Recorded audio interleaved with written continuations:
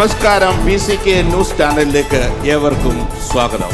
ഈ മണിക്കൂറിലെ പ്രധാന വാർത്താ തലക്കെട്ടുകൾ: സ്ത്രീയുടെ സന്തതി ശത്രുവിന്റെ തലയെ തകർക്കുമെന്ന് pastor Abraham Varghese. PCK PYPA 2005 പ്രവർത്തന വർഷത്തിന് പ്രാർത്ഥനയോടെ തുടക്കമായി. മോശവത്സല സംഗീത ആവേശകരമായ അന്ത്യത്തിലേക്ക്. ഭക്തിയുടെയും പ്രാർത്ഥനയുടെയും നിറവിൽ PCK ബാച്ചിലേഴ്സ് മീറ്റിംഗ്. വീണ്ടും ഒരു പിക്നിക് ആവേശത്തിലേക്ക് PCK കുടുംബം. വാർത്തകൾ വിശദമായി. PCK PYPA 2025 പ്രവർത്തന വർഷത്തിന് പ്രാർത്ഥനയോടെ തുടക്കമായി. PCK സഭയുടെ പുത്രികാ സംഘടനയായ PYPയുടെ ഈ വർഷത്തെ പ്രവർത്തനോദ്ഘാടനം പാസ്റ്റർ എബ്രഹാം വർഗീസ് നിർവഹിച്ചു. ഇന്ത്യയിലും അതുപോലെ നമ്മുടെ സംസ്ഥാനമായ കേരളത്തിലും പലരുടെയും കണ്ണീരുകൾ ഒപ്പുവാനും അതുപോലെ തന്നെ നമ്മുടെ സംസ്ഥാനത്തിൽ പല വിദ്യാഭ്യാസ സഹായങ്ങൾ നൽകുവാനും യുവജന പ്രസ്ഥാനമായ PYPയ്ക്ക് കഴിയുന്നു എന്ന് പാസ്റ്ററുടെ വാക്കുകളിലൂടെ അറിയിക്കുവാൻ ഇടയായി.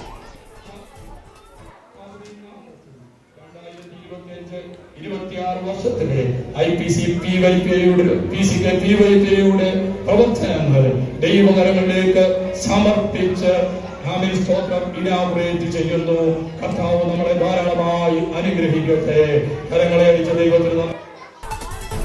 മോശവത്സല സംഗീത സംഗമം ഇപ്പോൾ KTMC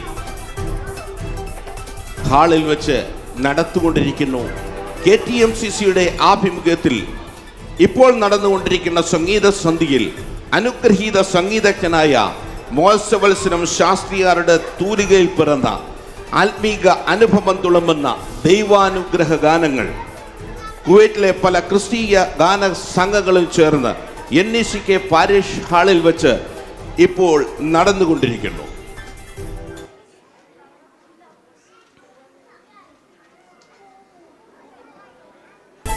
ഭക്തിയുടെയും പ്രാർത്ഥനയുടെയും നിറവിൽ PCK ബാച്ചിലേഴ്സ് മീറ്റിംഗ്.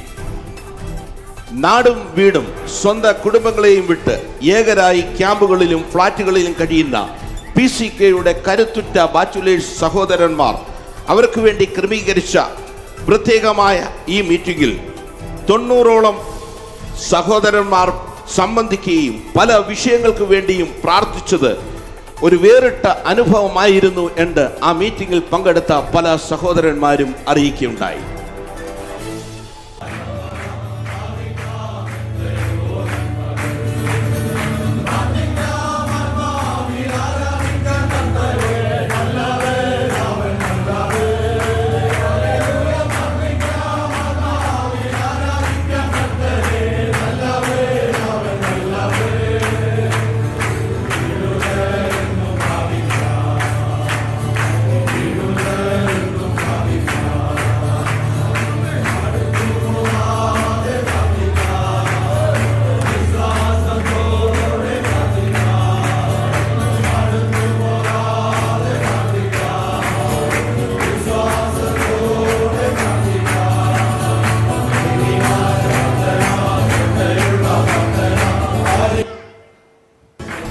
PCK കുടുംബത്തിന്റെ സന്തോഷ നിമിഷങ്ങൾക്ക് വീണ്ടും ഒരു പിക്നിക് തരംഗം.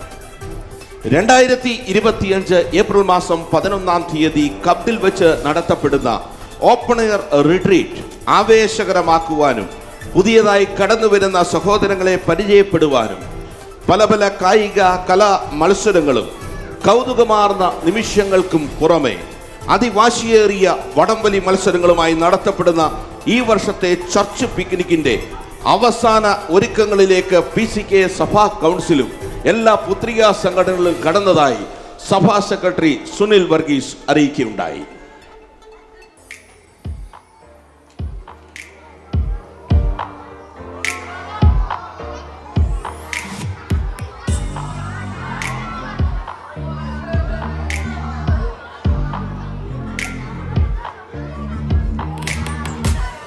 സ്ത്രീയുടെ സന്തതി ശത്രുവിന്റെ തല തകർക്കുമെന്ന് pastor Abraham Varghese. IPC PCK സഭാ ശുശ്രൂഷകൻ പാസ്റ്റർ എബ്രഹാം വർഗീസ് തന്റെ വാക്കുകളിൽ സ്ത്രീയുടെ സന്തതി സാത്താന്റെ തല തകർക്കുമെന്ന് അറിവുള്ള സാത്താൻ തലമുറയെ തന്റെ കൂട്ടാളിയാക്കുവാൻ ശ്രമിക്കുമെന്നും എതിർക്കുന്നവരെ നശിപ്പിക്കുകയും ആ തലമുറകൾക്ക് സാത്താനുമായി ഒരു യുദ്ധമുണ്ടാകും എന്നുള്ള കാര്യം ദൈവജനം എപ്പോഴും തിരിച്ചറിയണമെന്നും അദ്ദേഹം സഭയിൽ ഉത്ബോധിപ്പിച്ചു. വചനം പറയുന്നത് ശപിച്ച് മനുഷ്യന്റെ സന്തതിയും സാത്താനും തമ്മിൽ എന്തുകൊണ്ടായി? ശത്രുവായി. എന്നിട്ട് ദൈവം സാത്താനോട് പറഞ്ഞു, ഈ സന്തതി നിന്റെ തലയെ തകർക്കും. അപ്പൊ ജനിക്കുന്ന ഓരോ കുഞ്ഞിനെ കാണുമ്പോഴും സാത്താൻ തിരിച്ചറിയുകയാ, ഇവൻ എന്റെ തലയെ തകർക്കാനുള്ളവരാ. ഇപ്പൊ സാത്താൻ എന്തിനാ നിങ്ങളുമായിട്ട് ഫ്രണ്ട്ഷിപ്പ് ആകുന്നത്? ഫ്രണ്ട്ഷിപ്പ് ആകുന്നത് എന്തിനാ? നിങ്ങൾ എന്ത് ചെയ്യാൻ പാടില്ല? തല തകർക്കാൻ പാടില്ല. ഒരു മനുഷ്യൻ സാത്താനുമായിട്ട് ഫ്രണ്ട്ഷിപ്പ് ആകുന്നില്ലെങ്കിൽ ശത്രു അവനെതിരെ ശക്തിയോടെ പ്രവർത്തിക്കും. ഇന്ന് പകരം ദൈവത്തിന്റെ മക്കൾ തിരിച്ചറിയണം, ഒരു മനുഷ്യ സന്തതി ഭൂമിയിൽ ജനിച്ചു വീഴുമ്പോൾ മുതൽ അവൻ ഒരുപക്ഷെ ജനിക്കുന്നതിന് മുമ്പ് തൊട്ട് അവൻ അതിന്റെ മേൽ ഹല്ലേലൂയ ശത്രുവിന് ഒരു കണ്ണുണ്ടെന്ന് ദൈവത്തിന്റെ മക്കൾ തിരിച്ചറിയണം.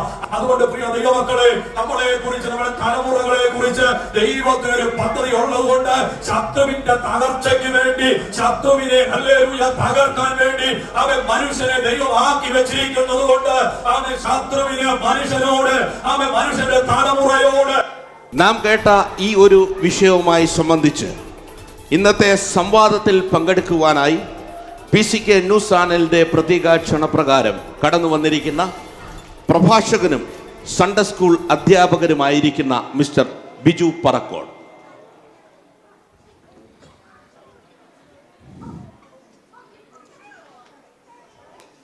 മികച്ച സംഘാടകനും യുവജന നേതാവുമായ മിസ്റ്റർ മനോജ് വാകത്താനം.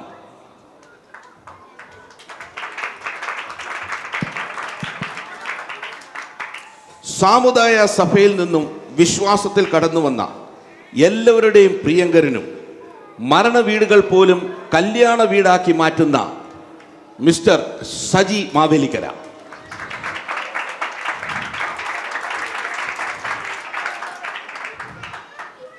ബെന്തക്കോസ്ത് വിശ്വാസവും തലമുറയും എന്ന ഈ ഒരു സംവാദ വിഷയത്തിലേക്ക് നിങ്ങൾ മൂവർക്കും ചാനലിൻ്റെ പ്രത്യേക വന്ദനം.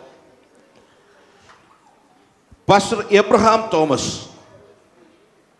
PCK സഭയിൽ നടത്തിയ ആ ഒരു മെസ്സേജ് നിങ്ങൾ കേട്ട് കാണുമല്ലോ. വളരെ ചിന്തനീയവും ഗൗരവമേറിയ ആ ഒരു വിഷയത്തിൽ ആദ്യമായി മിസ്റ്റർ ബിജു പറക്കോട് താങ്കളിലേക്ക് കടന്നു വരുമ്പോൾ, ആ ഒരു പ്രസംഗത്തിൽ, ആ ഒരു മെസ്സേജിലെ ഏറ്റവും പ്രധാനപ്പെട്ട ഒരു കാര്യമാണ് മാതാപിതാക്കൾക്ക് ഇപ്പോഴുള്ള ആധുനിക തലമുറയിന്മേലുള്ള ആശങ്കകൾ. ഒരുപാട് കാര്യങ്ങളിൽ അവർക്ക് ആശങ്കയുണ്ട്. എന്നാൽ ഏറ്റവും പ്രധാനപ്പെട്ട ആശങ്ക എന്ന് പറയുന്നത് മാതാപിതാക്കൾ മുറുകെ പിടിച്ച ആത്മീക സത്യങ്ങൾ, ആ സത്യങ്ങളിൽ അവസാന സമയം വരെയും തങ്ങളുടെ തലമുറ കാണുമോ എന്നുള്ള ഒരു വലിയ ആശങ്ക. ഈ ആശങ്കയ്ക്ക് എന്തെങ്കിലും അടിസ്ഥാനമുണ്ടോ താങ്കളുടെ അഭിപ്രായത്തിലേക്ക്? ആദ്യമായിട്ട് ഈ ചർച്ചയിൽ എന്നെ ക്ഷണിച്ചതിനായിട്ട് ഞാൻ നന്ദി പറയുന്നു. ഈ ചോദ്യം വളരെ പ്രസക്തമായ ഒരു ചോദ്യമാണ് മിസ്റ്റർ സാമ ചോദിച്ചിരിക്കുന്നത്. ഇന്നത്തെ വിശ്വാസികളും അവിശ്വാസികളും എല്ലാം നേരിടുന്ന ഒരു പ്രധാന വിഷയമാണ് തലമുറകളെക്കുറിച്ചുള്ള ഈ ആശങ്ക എന്ന് പറയുന്നത്.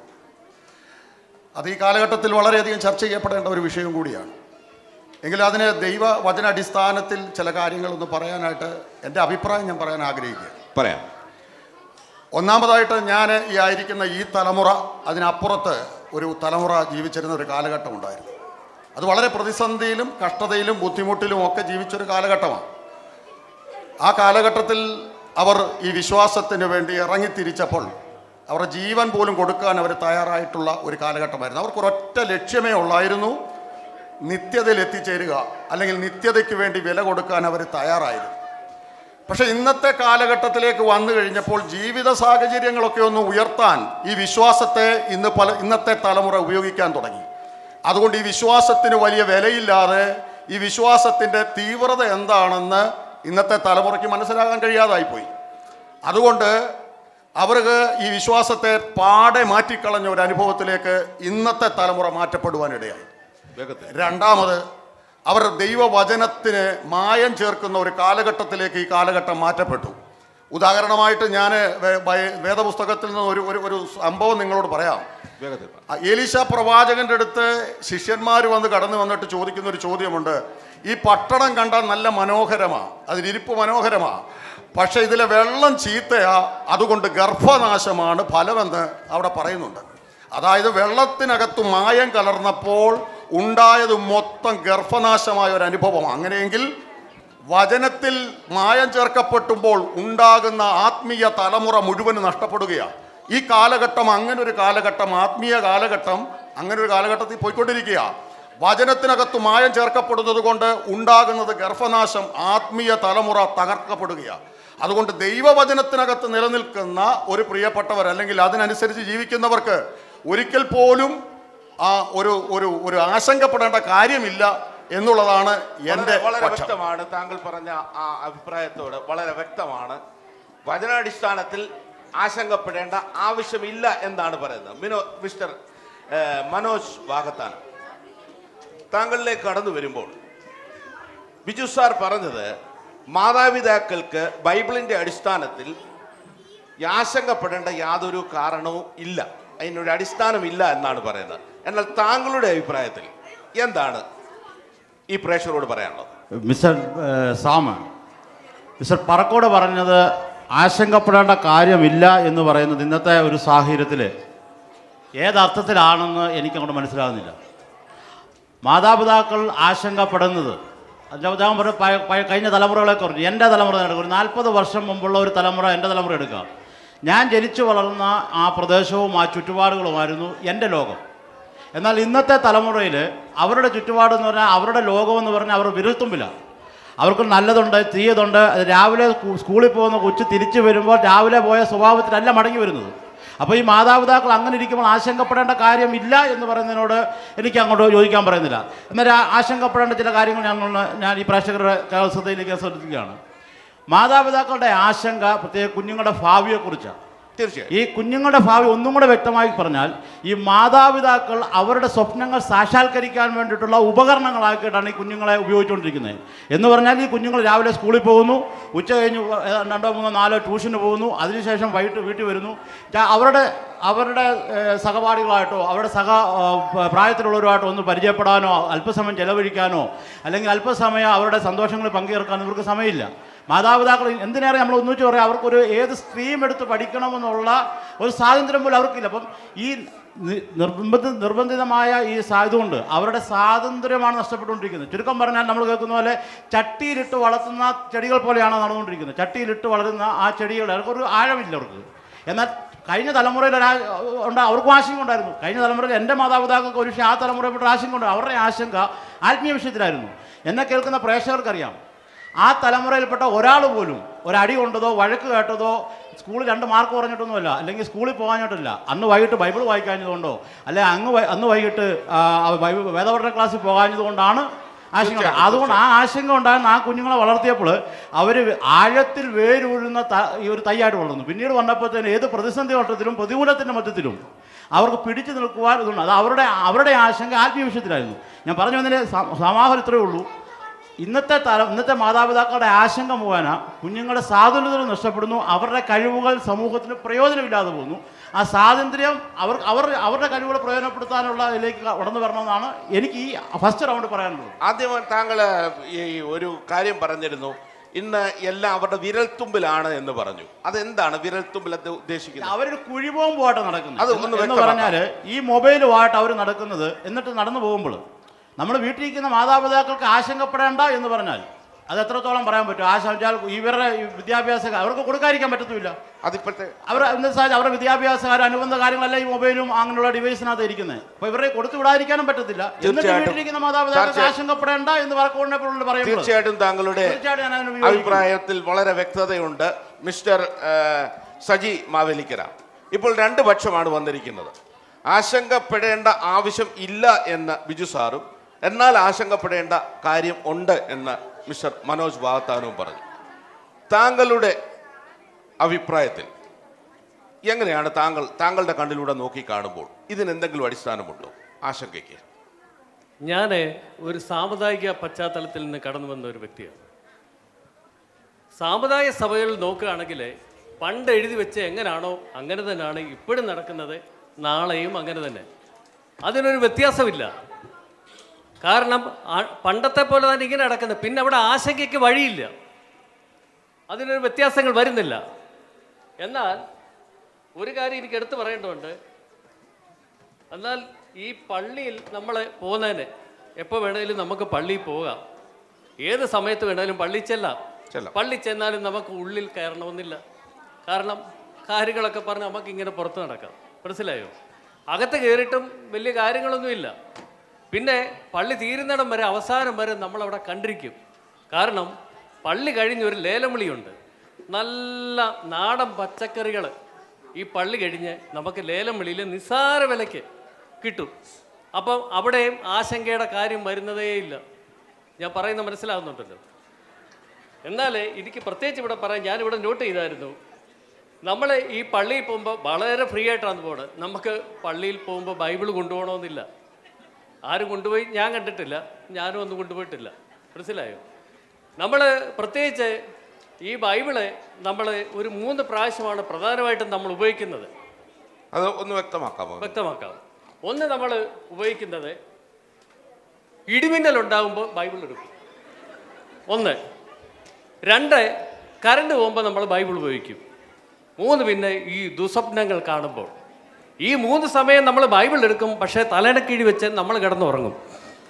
ഇത്രയേ ഉള്ളൂ. 3 പ്രാവശ്യം എടുക്കുന്നുള്ളൂ. അതുകൊണ്ട് ഒരു യഥാർത്ഥ ഭക്തനാണെങ്കിൽ ഒരു 3 പ്രാവശ്യം പോയാൽ മതി. 1, മാമോദിസയ്ക്ക് പോകണം. 2, കല്യാണത്തിന്. 3, പിന്നെ മരണം. ഈ മാമോദിസയും മരണം നമ്മളെ ആരെങ്കിലും നാട്ടുകാരോ ബന്ധുക്കാരോ പൊക്കിക്കോളും. നമ്മളിങ്ങനെ കിടന്നു കൊടുത്താൽ മതി. പിന്നെ കല്യാണത്തിന് നടന്നു പോകണം. ഇപ്പം എനിക്ക് തോന്നുന്നത് കുതിരപ്പുറത്തുമൊക്കെ അതിനും അവിടെയും ആശങ്കയില്ല. മനസ്സിലായോ? ഒരാശങ്കയുടെ വഴിയില്ല. പക്ഷേ മറിച്ച് നമ്മുടെ ഇവിടെ ആണെങ്കിൽ ഒരു 8:50 ആകുമ്പം വെള്ളിയാഴ്ചകളിൽ നമുക്ക് ആശങ്ക അങ്ങ് ഉണ്ടാകുകയാണ്. കാരണം സൺഡേ സ്കൂളിലെ കുഞ്ഞുങ്ങൾ തിരിച്ചു വന്നിട്ട് വേണം നമ്മൾ പള്ളിയിൽ പോകാൻ റെഡിയാണ്. കുഞ്ഞുങ്ങൾക്ക് വേണ്ടി വെയിറ്റ് ചെയ്യുകയാണ്. ആ 9 മണിക്ക് നമുക്ക് വണ്ടിയിൽ കയറിയാലും നമ്മൾ അവിടെ ചെന്ന് കഴിയുമ്പോൾ, പ്രത്യേകിച്ച് ഈ KTMCCയിലൊക്കെ പരിപാടികൾ ഉണ്ടെങ്കിൽ വണ്ടി പാർക്ക് ചെയ്യാൻ കിടന്ന് നമ്മളിങ്ങനെ ഓടുകയാണ്. ആശങ്കയാണ്. വണ്ടി പാർക്ക് ചെയ്തിട്ട് നമ്മൾ ഒരു 5 മിനിറ്റ് വല്ല ലേറ്റായി പോയെങ്കിൽ നമ്മുടെ സ്ഥിരം ഇരിക്കുന്ന ഇരിപ്പിടം നഷ്ടമായി. മനസ്സിലായോ? നമ്മൾ ഈ സ്ഥിരം ഇരിക്കുന്ന ഇരിപ്പിടം കിട്ടിയില്ലെങ്കിൽ നമുക്ക് ആരാധനയ്ക്ക് ഒരു സ്വാതന്ത്ര്യം കിട്ടത്തില്ല. മനസ്സിലായോ? അത് നഷ്ടമായി. പിന്നെ നമ്മളങ്ങോട്ട് ഇരുന്ന് കഴിഞ്ഞാൽ നമ്മൾ പ്രാർത്ഥനയിലും ആരാധനയും എല്ലാം നമ്മുടെ നിറസാന്നിധ്യമാണ്. അവിടെ നമുക്ക് നിശബ്ദരായി ഇരിക്കാൻ പറ്റത്തില്ല. മനസ്സിലായോ? ദേവദാസൻ കരങ്ങളുയർത്തി ഹല്ലേലൂയ എന്ന് പറയുമ്പോൾ നമ്മൾ ഹല്ലേലൂയ. അപ്പോൾ അദ്ദേഹം പറയും ശബ്ദമുയർത്തി ഹല്ലേലൂയ പറയൂ. അപ്പോൾ നമ്മൾ ഹല്ലേലൂയ ശക്തിയോടെന്ന് പറയുമ്പോൾ ഹല്ലേലൂയ. മനസ്സിലായോ? അവിടെ അങ്ങ് നമുക്ക് എന്തുവാ പ്രത്യേകിച്ച് പണ്ടിരിക്കുന്ന ദൈവദാസന്മാരെ പറ്റി നമ്മൾ എടുത്തു പറയാതിരിക്കാൻ പറ്റത്തില്ല. പണ്ടിരിക്കുന്ന ദൈവദാസന്മാരാണെങ്കിൽ നമ്മുടെ പേര് പറയും. പേര് പറഞ്ഞിട്ട് മധ്യസ്ഥ പ്രാർത്ഥനയില്ലേ, കേട്ടോ, ശ്രദ്ധിക്കണേ. പേര് പറഞ്ഞിട്ട് മധ്യസ്ഥ പ്രാർത്ഥന, നമ്മുടെ പേര് ആദ്യം പറയും. പറഞ്ഞു കഴിഞ്ഞിട്ടാണ് വിഷയങ്ങൾ ഇങ്ങനെ പറയുന്നത്. വിഷയം കൂടുന്തോറും പേര് പറയുന്ന ഞാനാണെങ്കിൽ നമ്മുടെ ആശങ്ക കൂടി. അപ്പൊ മറ്റുള്ളവരെല്ലാം അങ്ങ് ഫ്രീ ആയി. അവർക്കൊരു പ്രശ്നമില്ല. എന്നാലേ ഇപ്പൊ വന്നിരിക്കുന്ന ദേവദാസനാണെങ്കിൽ അങ്ങനല്ല. മനസ്സിലായോ? അദ്ദേഹമാണെങ്കിൽ പേര് അങ്ങ് വിഷയങ്ങൾ അങ്ങ് പറയുവാണ്. ജനങ്ങളെല്ലാം കൂടെ ഹല്ലേലൂയ ആശങ്ക അവിടെ മുഴുവൻ ബഹളം. മനസ്സിലായോ? വിഷയം കൂടുതോറും ആശങ്കയില്ല. അവസാനം ആ പറയുന്ന ആടൊക്കെ ആരും ഒന്ന് ആലോചിച്ച് നോക്കി എന്തൊരാശങ്കയാണ് അവിടെ. മനസ്സിലായോ? അപ്പൊ പിന്നെ അങ്ങനെ ആശങ്കയുടെ ഒരു കാലഘട്ടത്തിലൂടെ പോകുന്നത്. മനസ്സിലായോ? പിന്നെ അവസാനം എനിക്ക് എടുത്തു പറയേണ്ട ഒരു കാര്യം എന്ന് പറഞ്ഞാൽ ഈ പള്ളികളിൽ നമ്മളുടെ കുഞ്ഞുങ്ങളൊക്കെ പ്രാർത്ഥനയിൽ പങ്കെടുക്കുന്ന വളരെ ശാന്തമായിട്ടാണ്. ഒരു 2.5 മണിക്കൂർ 3 മണിക്കൂർ ഒരേ നിപ്പ് നിന്ന് കുഞ്ഞുങ്ങളെല്ലാം വളരെ നല്ല രീതിയിലാണ് അവർ.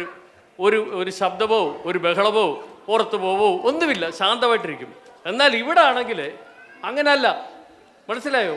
ഇവിടെ നമ്മളെ ഈ ആരാധന നടന്നുകൊണ്ടിരിക്കുമ്പോൾ നമുക്ക് ശ്രദ്ധിച്ചാലറിയാം, സ്റ്റേജിലിരിക്കുന്ന ഈ സഹോദരങ്ങളെ ഈ കറക്റ്റ് കാണിക്കുന്ന കണ്ട എനിക്ക് ഈ ടോം ആൻഡ് ജെറിയാണ് തോന്നുന്നത്, മനസ്സിലായോ? അവർ കിടന്ന് കാണിക്കുന്ന കാണുമ്പോൾ ഈ കുഞ്ഞുങ്ങളെ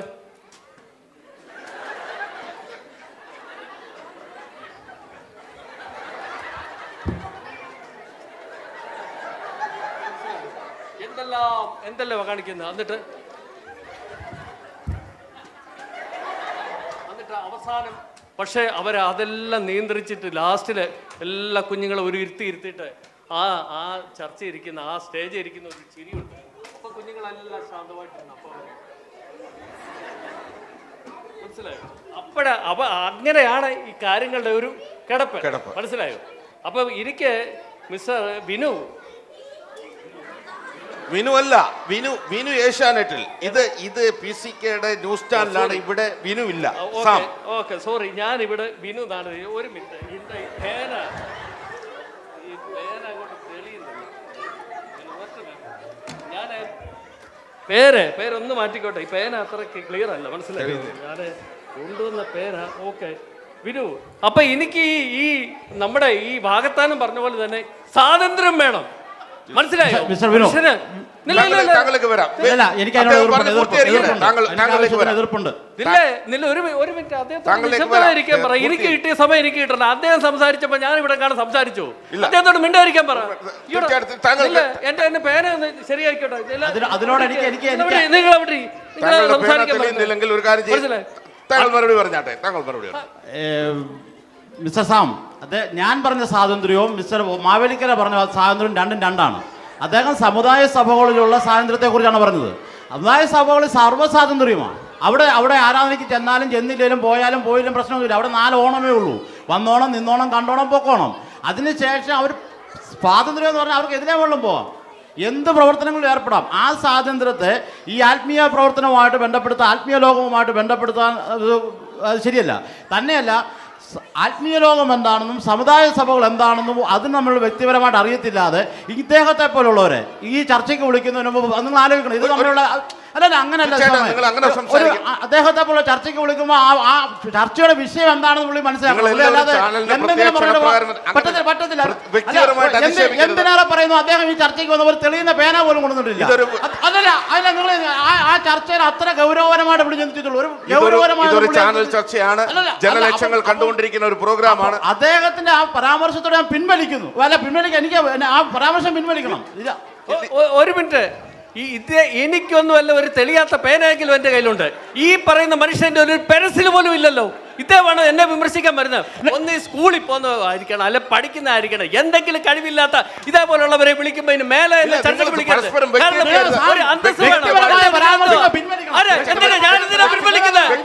പിൻവലിക്കുന്ന പ്രശ്നമില്ല. എന്തിനാണ് പിൻവലിക്കുന്നത്?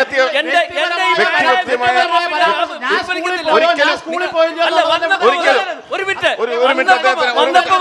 വന്നപ്പോ മുതൽ ഒരു മൊബൈൽ ഇങ്ങനെ വെച്ചോണ്ടിരിക്കുക. ഇതാണോ മൊബൈൽ? ഇത് പണ്ടത്തെ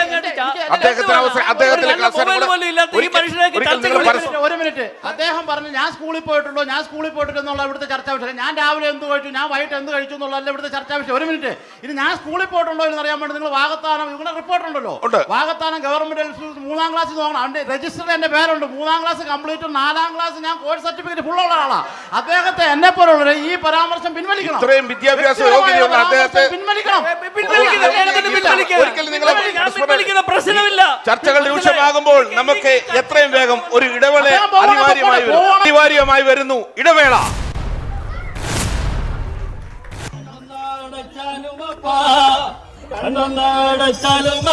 PCKയുടെ ആവേശം വാനോളം ഉയർത്തുന്ന ദിനം സമാഗതമായി.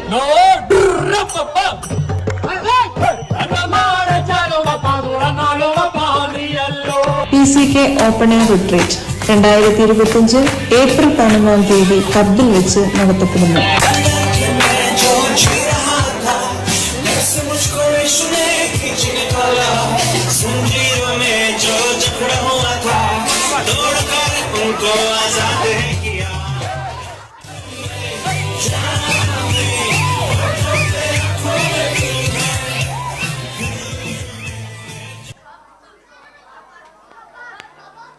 വീണ്ടും ചർച്ചയിലേക്ക് മടങ്ങി വരാം. ഇയാളെ പോവാന്ന് പറഞ്ഞിട്ട് പോയില്ലേ? ഞാൻ പോയായിരുന്നെങ്കിൽ ഇവിടെ കാണുമായിരുന്നു. അതുമല്ല, ഞാൻ അപ്പുറത്തെ വീണ്ടും ചർച്ചയിലേക്ക് മടങ്ങി വരാം. പെന്തക്കോസ്ത് വിശ്വാസവും തലമുറയും എന്ന ഈ വിഷയത്തിന്റെ അടുത്ത ഒരു പാർട്ടിലേക്ക് നമ്മൾ കയറുകയാണ്. മിസ്റ്റർ ബിജു സാർ, വളരെ ശക്തമായ ഒരു ചർച്ചയായിരുന്നു കഴിഞ്ഞ മിനിറ്റുകൾക്ക് മുമ്പ് നാം കണ്ടുകൊണ്ടിരുന്നത്. പെന്തക്കോസ്ത് തലമുറയ്ക്ക് ഈ കാലഘട്ടത്തിൽ ലഭിക്കേണ്ടുന്ന സ്വാതന്ത്ര്യം നിഷേധിക്കപ്പെടുന്നു എന്നൊരു തോന്നൽ തലമുറകളെ ഭരിക്കുന്ന ഒരു കാര്യമാണ്. ഈ സ്വാതന്ത്ര്യം ഒരു പരിധിവരെ ആ പറയുന്നതിൽ അർത്ഥമുണ്ട്. കാരണം കുഞ്ഞുങ്ങൾ ജനിച്ചു വീണ് അവരൊരു അറിവാകുമ്പോൾ തന്നെ അവരുടെ കാതുകളിൽ നമ്മൾ മാതാപിതാക്കൾ ഓതി കൊടുക്കുന്ന ഒരു കാര്യമുണ്ട്. നമ്മൾ സമൂഹത്തിൽ നിന്നും തികച്ചും വ്യത്യസ്തരാണ്. എല്ലാ സാമുദായിക സഭകളിൽ നിന്നായാലും നമ്മുടെ കൂട്ടുകാരിൽ നിന്നായിരിക്കും എല്ലാം നമ്മൾ മൊത്തത്തിൽ ഒരു വ്യത്യാസമുള്ള ആളുകളാണ് എന്ന് അവരെ പഠിപ്പിക്കുമ്പോൾ തീർച്ചയായിട്ടും അവരിൽ തുറന്ന ഒരു സ്വാതന്ത്ര്യം അവർക്ക് ഹനിക്കപ്പെടുന്നില്ലേ? താങ്കളുടെ അഭിപ്രായത്തിൽ ആ ഒരു വിഷയത്തെ പറ്റി താങ്കൾക്ക് എന്താണ് പറയുവാനുള്ളത്? സ്വാതന്ത്ര്യവും വളരെ പ്രധാനപ്പെട്ട ഒരു വിഷയമാണ്. പക്ഷേ എൻ്റെ ചർച്ചയിൽ പങ്കെടുക്കുന്ന പ്രിയ സജി മാവേലിക്കരയും മനോജ് വാകത്താനും പറഞ്ഞ ഒരു സ്വാതന്ത്ര്യമല്ല, അവരിവിടെ വളരെയധികം ബഹളം വെച്ചു. ആ സ്വാതന്ത്ര്യമല്ല ആത്മീയ സ്വാതന്ത്ര്യം എന്ന് പറയുന്നത്. അത് ഇന്നത്തെ കാലഘട്ടത്തിൽ ഇന്നത്തെ തലമുറയ്ക്ക് ഇവർ പറഞ്ഞ ഒരു സ്വാതന്ത്ര്യം ആവശ്യമായിട്ട് വന്നിരിക്കുന്നത്. പക്ഷേ ദൈവവചനത്തിനകത്ത് പറയുന്ന സ്വാതന്ത്ര്യം യോഹന്നാൻ്റെ സുവിശേഷം 8-ാം അധ്യായം 31, 32 വാക്യങ്ങളിൽ പറയുന്നു, എൻ്റെ വചനത്തിൽ നിങ്ങൾ നിലനിൽക്കുന്നുവെങ്കിൽ നിങ്ങൾ നിങ്ങളെ സത്യം അറിയുകയും സത്യം നിങ്ങളെ സ്വതന്ത്രരാക്കുകയും ചെയ്യും. അപ്പോൾ യഥാർത്ഥമായ ദൈവവചനം മാത്രമേ ഒരുവനെ സ്വാതന്ത്ര്യമായിട്ട് മുൻപോട്ട് കൊണ്ടുപോകാൻ കഴിയത്തുള്ളൂ. അവിടെ പറഞ്ഞിരിക്കുന്നത് പാപത്തെ, അതായത് ഒരു മനുഷ്യൻ്റെ ജീവിതത്തിനകത്ത് ബൈബിൾ പറയുന്ന സ്വാതന്ത്ര്യം എന്ന് പറയുന്നത് പാപത്തിൽ നിന്നും ശാപത്തിൽ നിന്നുമുള്ള വിടുതലാണ്. ഇന്നത്തെ സമൂഹത്തിന് അത് വേണ്ട. ഇന്നത്തെ സമൂഹത്തിന് ഇന്ന് കാണുന്ന ചില കാര്യങ്ങൾ മാത്രമാണ് അവരുടെ സ്വാതന്ത്ര്യം എന്ന് പറയുന്നത്. യഥാർത്ഥമായിട്ട് ഒരു ദൈവവൈതലായി ഒരു ദൈവമകനായിട്ട് ഒരാൾ മാറണമെങ്കിൽ ഈ പാപത്തിൽ നിന്നും ഈ ശാപത്തിൽ നിന്നും യഥാർത്ഥമായ വിടുതൽ പ്രാപിച്ചേ മതിയാകത്തുള്ളൂ. പക്ഷെ ഇന്നത്തെ തലമുറയ്ക്ക് ഇതിൻ്റെ പ്രാധാന്യം എന്താണെന്ന് പോലും തിരിച്ചറിയാൻ കഴിയാത്തത് കൊണ്ട് അവർ ഇന്നത്തെ കിട്ടുന്ന സ്വാതന്ത്ര്യത്തിൻ്റെ പുറകെ അവർ പോകുകയാണ്. അതുകൊണ്ട് എന്താ, അവർ ബന്ധിക്കപ്പെട്ട് കിടക്കുകയാണ്. അപ്പോൾ കഴുതയെപ്പോലെ ബന്ധിക്കപ്പെട്ട് കിടക്കുന്ന സാഹചര്യത്തിൽ ഒരു ദൈവികമായ ക്രിസ്തു എന്ന വചനത്തിൻ്റെ സാന്നിധ്യം അവർ അനുഭവിച്ചാൽ മാത്രമേ അതിൽ നിന്ന് വിടുതൽ പ്രാപിക്കാൻ കഴിയത്തുള്ളൂ. അതിൻ്റെ പ്രധാനപ്പെട്ട ഒരു വിഷയം എന്ന് പറഞ്ഞാൽ സത്യസുവിശേഷം ആത്മീയ ഗോളത്തിൽ പ്രഘോഷിക്കപ്പെടണം. ഇന്ന് സത്യസുവിശേഷം പല ആത്മീയ ഗോളത്തിൽ സുവിശേഷിക്കപ്പെടാത്തത് കൊണ്ട് പറ്റുന്ന ഒരു കുഴപ്പം, എന്താണ് ദൈവിക സ്വാതന്ത്ര്യം, എന്താണ് പാപത്തിൻ്റെ വിടുതൽ എന്നുള്ളത് ഇന്നത്തെ തലമുറയ്ക്ക് തിരിച്ചറിയാൻ കഴിയത്തില്ല. അതുകൊണ്ട് എല്ലാ ആത്മീയ ഗോളങ്ങളിലും പ്രധാനമായിട്ട് നടക്കേണ്ട ഒരു കാര്യമാണ് സത്യസുവിശേഷം. ആ വചനത്തിന് മാത്രമേ ഒരു മനുഷ്യനെ സ്വാതന്ത്ര്യം കൊടുക്കുവാനായിട്ട് കഴിയത്തുള്ളൂ. വളരെ വ്യക്തം. ഈ സ്വാതന്ത്ര്യത്തിലേക്ക് വരണം. അതാണ് ദൈവവചനം നമ്മളെ, ആത്മീയ വചനം നമ്മെ ഓർമ്മിപ്പിക്കുന്ന വളരെ വ്യക്തമാണ്. മിസ്റ്റർ വാകത്താനം, ബിജു സാറിന്റെ വാക്കുകളിൽ ഇപ്പോൾ നടക്കുന്ന കൂട്ടായ്മകളിൽ സത്യസുവിശേഷം പ്രസംഗിക്കപ്പെടുന്നില്ല എന്നുള്ളൊരു പോയിന്റ് അദ്ദേഹം പറയുകയുണ്ടായി. അത് എത്രമാത്രം ആ പോയിന്റിൽ താങ്കൾ ഉറച്ചു നിൽക്കും? മിസ്റ്റർ സാമ, മിസ്റ്റർ ഈ പറക്കോട് പറയുമ്പോൾ നമ്മൾ ഒരു പഴയ പഴഞ്ചൊല്ലാണ് ഞാൻ ഓർക്കുന്നത്. ഈ അരി എത്രയാണെന്ന് ചോദിക്കുമ്പോൾ പയറഞ്ഞാഴി എന്ന് പറഞ്ഞൊരു പഴയ പഴഞ്ചൊല്ലുണ്ട്. ഇല്ല, അദ്ദേഹം നമ്മൾ ആത്മീയ വിഷയങ്ങൾ സംസാരിച്ചുകൊണ്ടിരിക്കുമ്പോൾ അദ്ദേഹം ബൈബിൾ, നമ്മളിപ്പോൾ ഇവിടുത്തെ സംഭവങ്ങളാണ് സംസാരിച്ചുകൊണ്ടിരിക്കുന്നത്. അതിന് സാം അതിനെ ന്യായീകരിച്ചിട്ടൊന്നും ഇല്ല. അദ്ദേഹം ഒരു കാരണവശാലും അങ്ങനെ പറഞ്ഞില്ല. അദ്ദേഹം പറഞ്ഞത് ആത്മീക വിഷയങ്ങൾ. മിസ്റ്റർ സാം, നിങ്ങൾക്ക് ഈ ന്യൂസ് ചാനലും നിങ്ങൾക്ക് ഒരു അജണ്ട ഉണ്ടാവും. ആ അജണ്ട സംസാരിക്കാൻ വേണ്ടി നിങ്ങൾ എന്നെ വിളിക്കണ്ട. അജണ്ട നിങ്ങൾ ഉദ്ദേശിക്കുന്ന പോലെ തന്നെ സംസാരിക്കേണ്ട ഒരാളെ നിങ്ങൾ മറ്റൊരാളെ വിളിച്ചു. ഞാൻ എന്റെ അഭിപ്രായം പറയാൻ വന്നിരിക്കുന്നത്, ചാനലിന്റെ അജണ്ടക്കല്ല ഞാൻ വന്നിരിക്കുന്നത്. തീർച്ചയായും താങ്കളുടെ അഭിപ്രായം രേഖപ്പെടുത്തിയാട്ടെ. തീർച്ചയായിട്ടും പറഞ്ഞാൽ ഞാൻ പറഞ്ഞു ഈ സ്വാതന്ത്ര്യം എന്ന് പറയുന്നത് അദ്ദേഹം അല്ല വ്യക്തമാക്കട്ടെ. അദ്ദേഹം പറഞ്ഞു സത്യസുവിശേഷം പ്രസംഗിക്കപ്പെടണം. ഈ സത്യസുവിശേഷം പ്രസംഗിക്കപ്പെടണമെന്ന് അദ്ദേഹം പറയുമ്പോൾ ഇപ്പൊ പ്രസംഗിച്ചുകൊണ്ടിരിക്കുന്ന സത്യസുവിശേഷം അല്ലേ? അല്ല, അതോ ബൈബിളിൽ പറഞ്ഞത് വേറൊരു സുവിശേഷമാണ് പ്രസംഗിച്ചുകൊണ്ടിരിക്കുന്നത്? അല്ല, അദ്ദേഹത്തിന് താങ്കൾക്ക് ഒരു മിനിറ്റ് കൊടുത്തിട്ട് എന്നോട് ഇങ്ങോട്ട് മറുപടിക്കായി മിസ്റ്റർ ബിജു.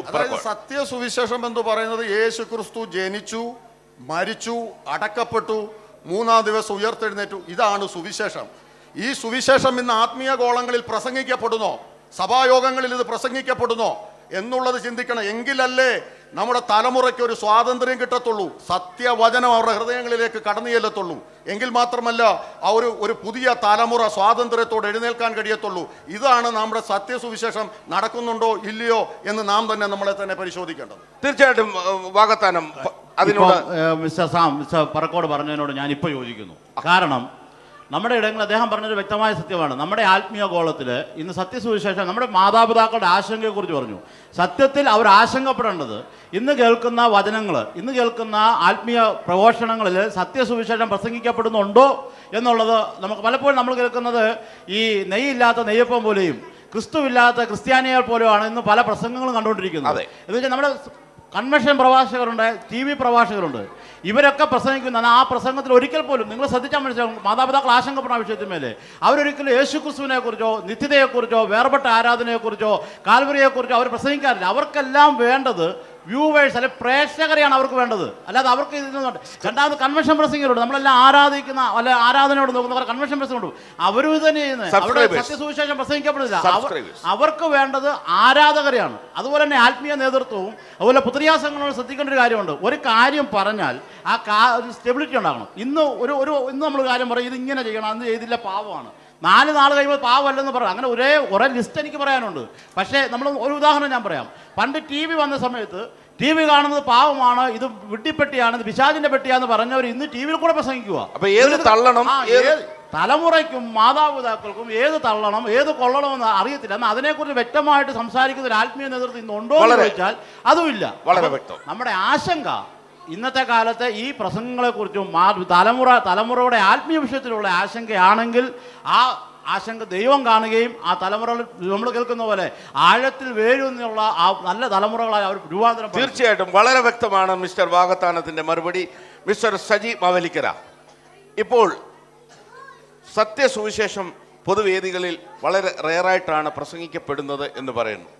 താങ്കളുടെ അഭിപ്രായത്തിൽ അതെന്താണ്? താങ്കളുടെ കാഴ്ചപ്പാടിലൂടെ കാണുമ്പോൾ മിസ്റ്റർ പറക്കോട് പറഞ്ഞതിനോട് 100% ഞാൻ യോജിക്കുകയാണ്. കാരണം ദൈവവചനത്തിൽ നിന്നാണ് സംസാരിക്കുന്നത്.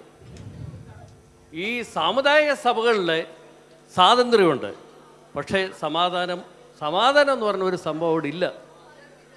അതേസമയം ഇന്ന് ലോകത്തെ പ്രാർത്ഥനയിലൂടെ വിടുതലുണ്ട്, സൗഖ്യമുണ്ട് എന്ന് ലോകത്തെ അറിയിച്ച ഒരേ ഒരു സഭ പെന്തക്കോസ്ത് സഭയാണ്.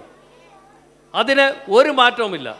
ഒരു വ്യക്തിക്ക്, ഒരു കുടുംബത്തിന് ഏറ്റവും നല്ല രീതിയിൽ ഏറ്റവും സമാധാനത്തോടുകൂടെ സന്തോഷത്തോടുകൂടെ ജീവിക്കാൻ, മാതൃകപരമായി മറ്റുള്ളവരെ കാണിക്കാൻ ഏറ്റവും നല്ല സഭ പെന്തക്കോസ്ത് സഭയാണ്. അത് എനിക്ക് ഇവിടെ തുറന്നു പറയുന്നതിൽ കാരണം ഞാൻ അനുഭവത്തിൽ നിന്ന് പറയുകയാണ്. താങ്കൾ അനുഭവത്തിൽ നിന്ന് പല വിഷയങ്ങളിലും പല സമുദായ സഭയിലുള്ള വിഷയങ്ങളിലും നമ്മുടെ ദൈവദാസന്മാരും ദൈവമക്കളും പോയി പ്രാർത്ഥിച്ച് എത്രയോ വിടുതൽ കിട്ടിയ സംഭവങ്ങള് എൻ്റെ അനുഭവത്തിലുണ്ട്. അവിടെ ഒരു രോഗി ഉണ്ടെങ്കിൽ പോലും തീർച്ചയായും നമ്മൾ ബന്ധിക്കോസുകാർ പ്രാർത്ഥിച്ചെങ്കിലേ വിടുതലുള്ളൂ, അതിനൊരു മാറ്റവുമില്ല. അതുകൊണ്ട് എനിക്ക് വളരെ സന്തോഷമുണ്ട്. ഇദ്ദേഹം പറഞ്ഞതിനോട് 100% യോജിക്കുന്നു. അത് തന്നെ അങ്ങനെ തന്നെ ആകട്ടെ. മിസ്റ്റർ ബിജു സാർ, ഇപ്പോൾ മാവേലിക്കര പറഞ്ഞ ആ ഒരു അഭിപ്രായം സാമുദായിക സഭകളിലെല്ലാം ഉണ്ട്, പക്ഷെ സമാധാനമില്ല. അവിടെ പ്രാർത്ഥിക്കുന്നവർ കുറവാണ്. അവരുടെ വിഷയങ്ങളിൽ പോലും പെന്തക്കോസ്തുകാരെ വിളിച്ച് പ്രാർത്ഥിപ്പിക്കുന്നു. താങ്കളുടെ കണ്ണിലൂടെ എന്ത് മറുപടിയാണ് പറയുവാനുള്ളത്? ഇന്ന് പൊതുവേദികളിൽ ദൈവവചനം പ്രസംഗിക്കപ്പെടുന്നില്ല, അതും കൂടെ കണക്ട് ചെയ്ത് വേണം താങ്കൾ മറുപടിയിലേക്ക്. പെന്തക്കോസ്ത് വിശ്വാസം എന്ന് പറയുന്നത്, അല്ലെങ്കിൽ പെന്തക്കോസ്ത് വിശ്വാസം എന്ന് പറഞ്ഞാൽ ആത്മാവിൻ്റെ ഒരു നടത്തിപ്പാണ്. ഇന്ന് ആത്മാവ്, പരിശുദ്ധാത്മാവ് എന്ന് പറയുന്നത് ഇന്നത്തെ ജീവിത നിലവാരം ഉയർത്താൻ എങ്ങനെ തൻ്റെ ജീവിതത്തെ മുന്നോട്ട് നയിക്കാം എന്നതിനു വേണ്ടി പരിശുദ്ധാത്മാവിൻ്റെ പേരിലാണ് ഇന്ന് പലതും നടക്കുന്നത്.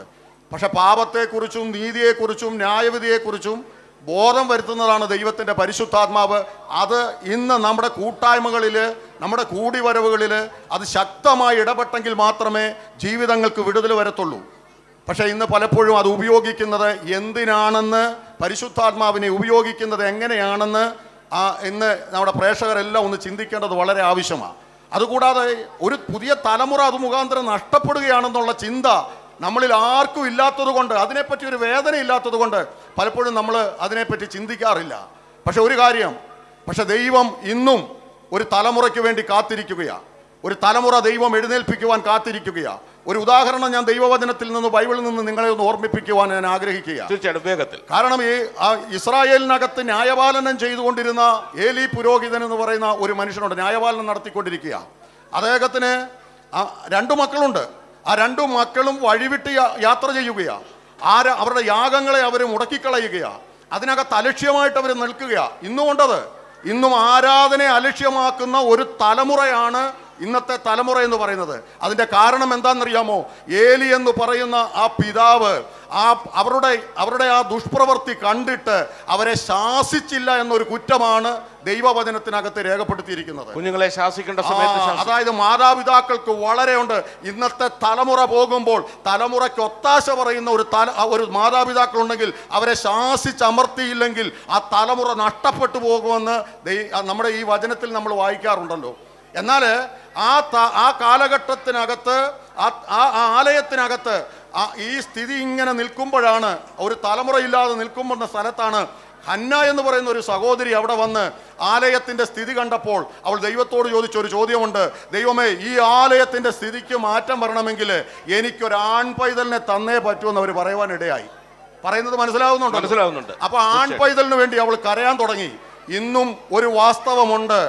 ആര് മാതാപിതാക്കൾ തലമുറയ്ക്ക് വേണ്ടി കരയുന്നോ നിലവിളിക്കുന്നോ, ഈ തലമുറയുടെ മധ്യത്തിൽ നിന്ന് ദൈവം ഒരു തലമുറയെ എഴുന്നേൽപ്പിക്കും എന്നുള്ളത് വാസ്തവമായൊരു സംഭവമാണ്.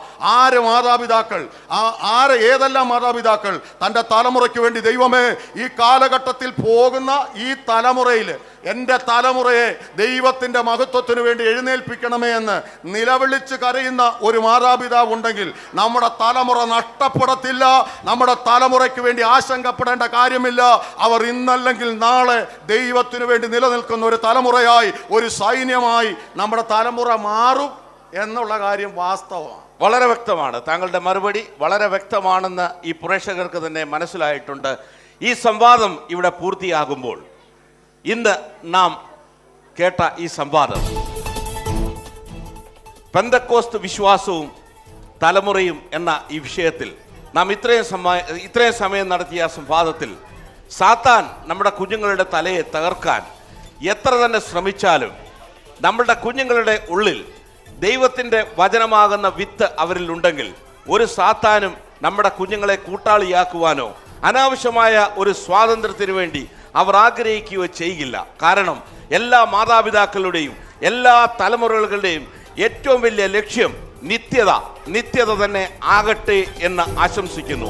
ഈ ചർച്ചയിൽ പങ്കെടുത്ത mister Biju Parakkode, mister Manoj Vakathanam, mister Saji Mavelikkara, നിങ്ങളോടുള്ള നന്ദി പ്രത്യേകമായി PCK ചാനലിന്റെ പേരിൽ അറിയിച്ചുകൊണ്ട് ഈ ന്യൂസ് ബുള്ളറ്റിൻ ഇവിടെ അവസാനിക്കുന്നു. നന്ദി, നമസ്കാരം, ഗുഡ് ബൈ.